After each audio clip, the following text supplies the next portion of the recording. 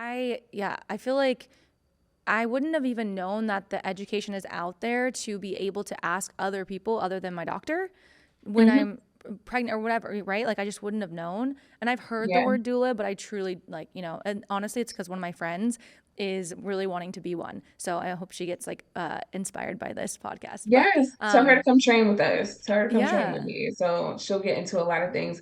And also, I would say too, like a lot of people, the one thing that's really beneficial about doulas is that we also are very accessible. So, for example, if you needed to ask your nurse or your doctor a question, you have to call and you gotta wait for them to call back. And sometimes it's not even like that serious of a question. Like it's different to be like, hey, I have like a medical emergency going on. But sometimes it's just like, Yeah. is it normal or what should I do? Or I have a question about my birth plan or the hospital choices. You just call us. You just have our Hmm. number. Just give us a We just, call. Yeah, like and you just text us. And like, a lot yeah. of times when our clients go into labor, they call us like sending us pictures like, here's my mucus plug. And we're like, okay, this is great. Like, I love that. yeah, they're like, can you come over and look at these perks of mine? Is it okay? Like, so it's Yeah. also a person who's like experienced and seeing these like events in life happen and being able to tell you like, oh, this is a normal experience, or like Right. what you're doing is okay, or the feelings that you're feeling is okay, versus where you feel like, what am I doing? I'm so lost. Right. So you have a company. You're not just a doula. I mean, you are a doula, obviously, a full Mhm. spectrum doula, but you have a company where you train people and they are going out and providing these services, right? Yeah, so Okay. I have a And couple what's of the name of it? companies. Yeah. Yeah, so I have a Yeah. couple things. I have my nonprofit, which is in San Diego. We serve about 200 families a year with doula services. And we've trained 80 doulas in that space, different languages, different cultural backgrounds, so on and so forth. And then I also have another company called Birthing Advocacy Doula Trainings, where we train doulas. We've like trained over 6,000 doulas all over the world around full spectrum doula work.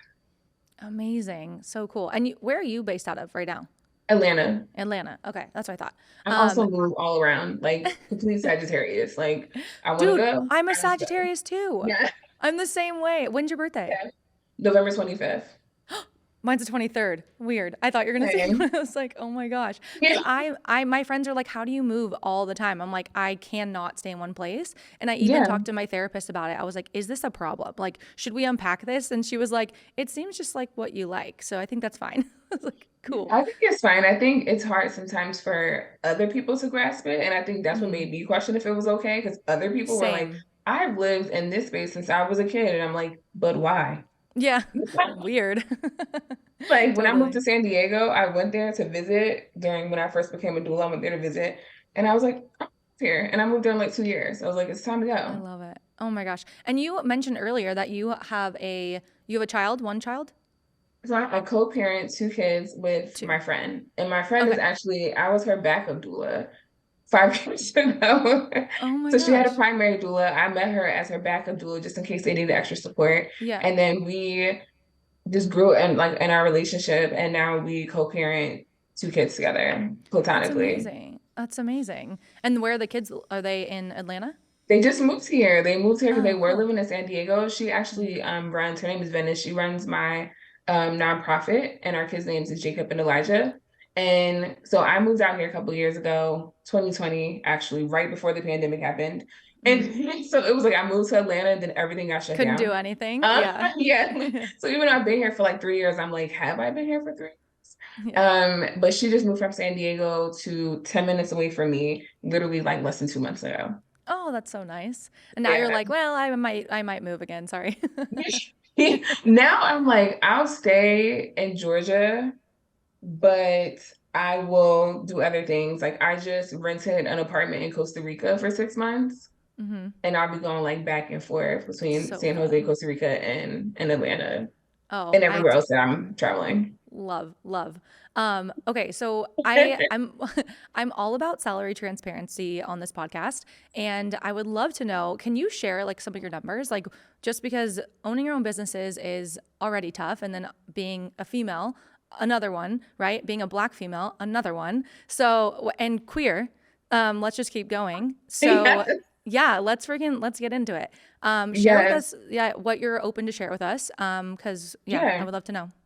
So I love talking about money because I think that's like one of the things that is often missing from conversation, especially is missing in a conversation of like in the process. And I've always shared my number transparently while I'm in the process, not like, oh, it's I've been in the game for 20 years and let me tell you now what was happening then.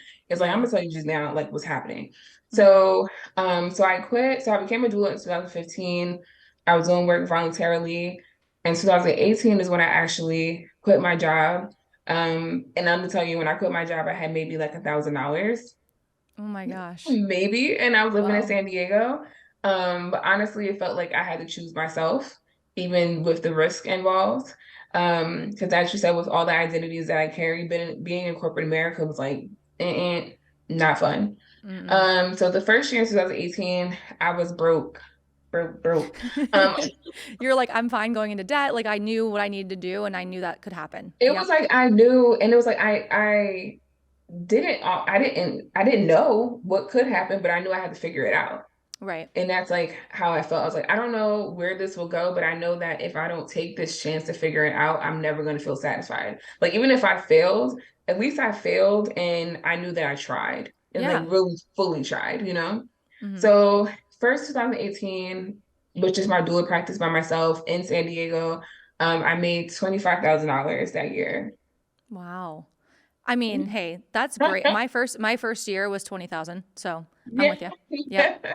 Hmm. And like 25,000, maybe I had roommates, like it wasn't like nothing I could No, do you was like can't by myself. live. Yeah, you can't live in San Diego on $25,000. No way. What? Yeah, Like no me way. and my ex-girlfriend were like sharing a room. We had a 3 bedroom. We stayed in a 3 bedroom apartment. My best friend had one room. Our other roommate was in the other room. We were in the smallest room, and that room was like 500 and something dollars, and we split it in half. So Nice. it's like so my $25,000, like it went somewhere, but I was broke, like period.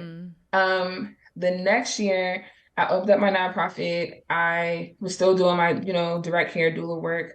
I also raised my prices like from charging like $600 per doula service to like $2,000 per doula service. Plus I had like other income coming in from opening BADT specifically. So I ended that year at $100,000. And I was Nice. like, I was, That's amazing. Okay, I can do this. I was like, but I Yeah. think for me, the biggest thing that I learned in that $100,000 year was even at that point, I had actually started to invest, like I had like a virtual assistant. Because it was like for me, in order to grow, I needed to have assistance. So as soon as I was able to like, and that virtual assistance, I think the first one I got was like maybe like $10 an hour, right? And she Right. was just doing like little things, but those little things were like so helpful to me to expand other things and other thoughts and other like creations that I needed to make. So that was that year. 2020, pandemic started. BADT was very much built off of virtual, like that whole virtual thing prior to the pandemic. So Sorry, like whenever, that's your nonprofit that you're so BADT? BADT is my for-profit doula training Okay. organization. Okay. So I had set it up in 2019 as a virtual space for accessibility already.